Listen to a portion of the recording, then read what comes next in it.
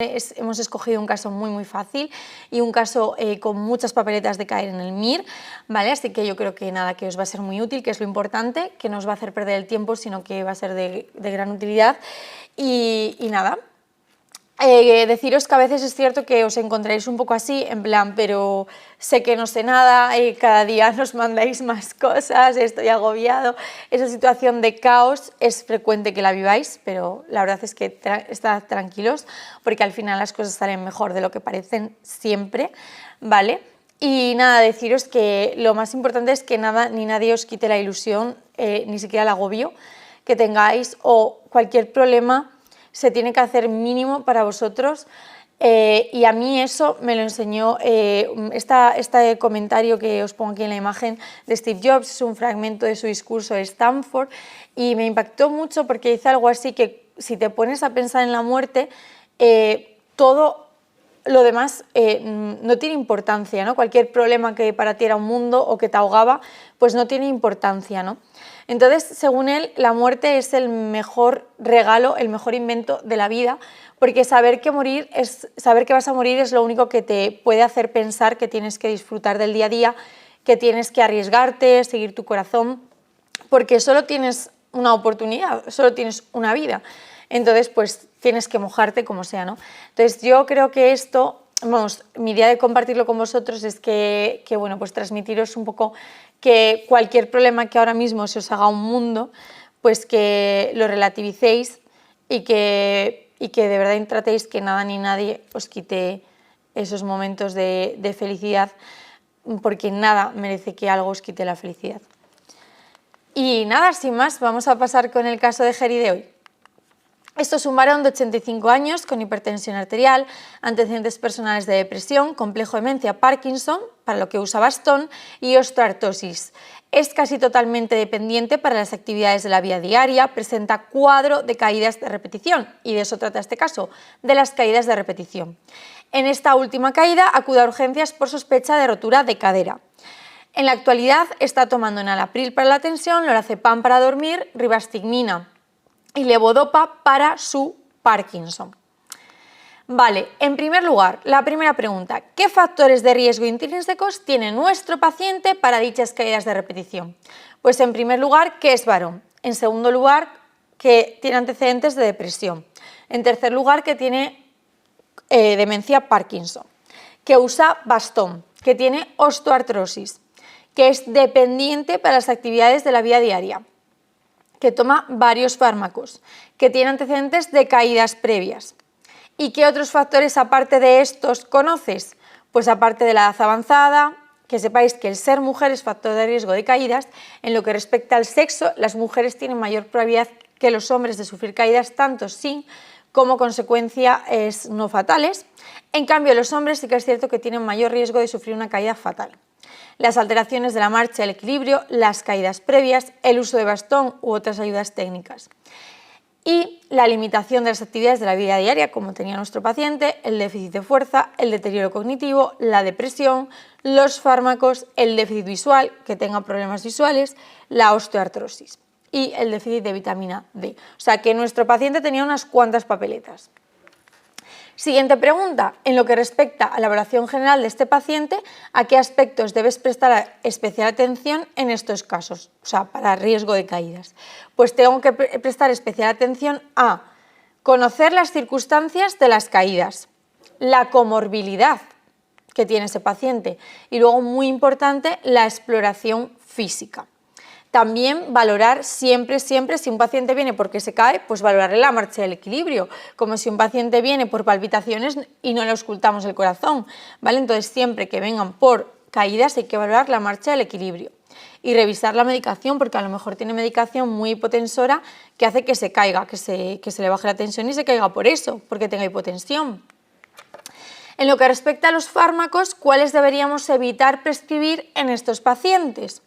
Pues deberíamos evitar prescribir los neurolépticos, las benzos, los antidepresivos tricíclicos inhibidores de la recaptación de serotonina y los vasodilatadores, como los bloqueadores alfa-1 adrenérgicos, antagonistas del calcio, nitratos, IECA, SARA2 y sobre todo en los pacientes con hipotensión postural.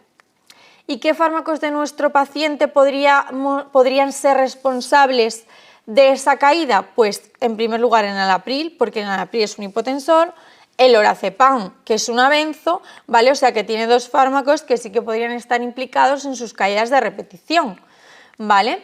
¿Y qué 3 preguntas le deberíamos hacer a estos pacientes ancianos como el nuestro para saber si tiene problemas con la marcha del equilibrio? Pues fundamentalmente deberíamos preguntarle si ha sufrido alguna caída en el último año que haya precisado atención sanitaria, si ha sufrido 2 o más caídas al año y si presenta algún trastorno de la marcha considerado significativo. ¿Y qué escalas conoces para la evaluación de la marcha del equilibrio? Fijaos, deberíamos conocer estas escalas: la velocidad de la marcha, el test de Get Up and Go, el Time Up and Go, el Berg Balance Scale y el Performance Oriented Mobility Assessment de Tinetti y el Short Physical Performance Battery, ¿vale? ¿Podrías explicar un poco sobre las 3 escalas más importantes? O sea, yo no quiero que os quedéis con todas, sino que os quedéis con 3, que son las más importantes. En primer lugar, quiero que os quedéis con la velocidad de la marcha, que es una prueba sencilla de realizar que permite documentar la alteración de la marcha. La lentitud de la marcha es uno de los componentes del fenotipo de fragilidad de Frey, de hecho, que ya sabéis que entró en el último MIR. Una velocidad de la marcha por debajo de 0,8 metros segundo predice futuras caídas y eventos adversos como mortalidad, hospitalización y dependencia en la población mayor. El otro test que quiero que os quedéis es el test de levántate y anda cronometrado, el TUG, ¿vale? Que fue diseñado para cuantificar la movilidad y ha demostrado su valor predictivo de caídas, de manera similar a la velocidad de la marcha, ¿vale? Tiene una estrecha correlación con la velocidad de la marcha. Se considera que la movilidad está alterada si el paciente tarda más de 12 segundos en realizar el ejercicio o si fallan alguno de los ítems evaluados, como el equilibrio, el sentarse, la transferencia de sedestación a bipedestación, la estabilidad, cadencia al caminar y habilidad de girar. Y por último, con el que quiero que os quedéis es con el SPBB, que combina equilibrio, velocidad de la marcha y el levantarse de una silla. Es un predictor de dependencia, de institucionalización, de hospitalización y de mortalidad. Y es importante conocer que el SPBB es el único test de los anteriores diseñado específicamente para predecir la discapacidad. ¿Qué medidas han demostrado ser las más eficientes en la prevención de caídas? Pues el ejercicio multicomponente. Y esto es clave que sepáis que lo más importante para que tu abuelo no se caiga es el ejercicio multicomponente. Fijaos, el ejercicio es la intervención con mayor evidencia para la prevención de las caídas, tanto en el entorno comunitario como en la residencia. Los programas de ejercicio multicomponente, es decir, aquellos que combinan flexibilidad y equilibrio, fuerza, resistencia, tienen múltiples beneficios en los pacientes mayores. Sin embargo, si solo optas por un ejercicio y solo haces ese ejercicio, pues no va a tener ningún efecto sobre la reducción del riesgo de caídas. Existen ejercicios que van a mejorar la resistencia cardiovascular, como caminar o pedalear, lo mítico de los parques, o un poquito de pesas y de máquinas para aumentar la masa y fuerza muscular. Hay otros que mejoran la potencia y capacidad funcional, como levantarse y sentarse de una silla, subir y bajar escaleras, o la flexibilidad, como hacer yoga, pilates o estiramientos. Y hay otros que mejoran el equilibrio, que son los ejercicios de andar en tándem, semitándem, desplazamientos multidireccionales con pesos, caminar con apoyo talón punta, etcétera, etcétera. Los programas de ejercicio multicomponentes siempre se deben incluir para estos pacientes con riesgo de caída, es decir, si no son multicomponente, pues no sirven. Y que sepáis que un metaanálisis publicado hace poquito ha demostrado que el Tai Chi ayuda a disminuir el riesgo de caídas porque ayuda un montón a mejorar el equilibrio. Y la última pregunta, aparte del ejercicio multicomponente, ¿qué otras medidas puedes hacer para que tu abuelo no se caiga? La vitamina, todos aquellos que tengan déficit de vitamina D, las modificaciones del calzado y las plantillas que sean adecuadas y algunas otras que hemos metido ahí en una miscelánea que ahora os contaré. Por tanto, la vitamina D se recomienda actualmente en aquellos sujetos mayores con déficit hormonal o institucionalizados, combinada con calcio, es decir, si tu abuelo no le da mucho el sol, vitamina D más calcio. y ha demostrado disminuir el riesgo de caídas y sobre todo las caídas asociadas a fractura.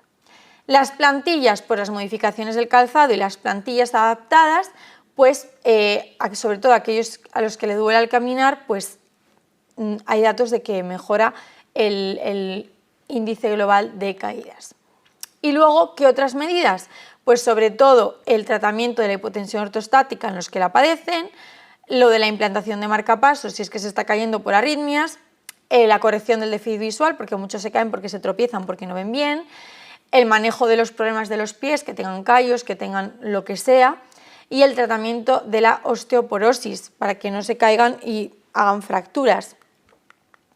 Por tanto, es muy importante el manejo de la hipotensión, cuidado con la polifarmacia, debemos de evitar los psicofármacos, los vasodilatadores, muy importante los ejercicios multicomponentes, la dieta rica en vitamina D y en calcio y las modificaciones del entorno. Claro, no ponerle una escalera a un señor que no puede subir bien escaleras.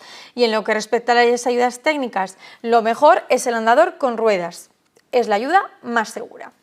Muchas gracias, este ha sido el caso de geriatría del cuarto de hora y antes de despedirme os quería contar que sé que a veces os parecen las preguntas súper difíciles en los simulacros, etcétera, pero es básicamente porque lo que queremos es poner un catfish, un gato en vuestra vida. Fijaos, en 1920 los americanos comenzaron a exportar bacalaos desde Alaska hasta China. Los mantenían vivos en tanques en el barco, pero los mantenían sin depredador, viajaban relajadamente. ¿Vale? Entonces, al no tener un depredador en los acuarios, pues cuando llegaban a China, pues la carne no sabía igual, porque estaba blanda, estaba sin músculo, porque iban todo el camino pues allá adormilados. Sin embargo, a alguien se le ocurrió meter a su depredador natural, que son los catfish. Al meter al depredador natural en el acuario de los bacalaos, estos estaban todo el pasaje, todo el camino moviéndose, ¿no? Súper activos, y eso hizo que cuando los bacalaos llegaban a China estaban en condiciones estupendas, súper jugosos y deliciosos, ¿no? Entonces, quiero decir que a veces es importante que os pongan preguntas difíciles, o que os hagan críticas constructivas, porque eso os hace manteneros alerta, despiertos y que no deis nada por hecho. Así que nada más, con esto me despido y os dejo mi Instagram y correo para lo que necesitéis o para lo que me queráis sugerir.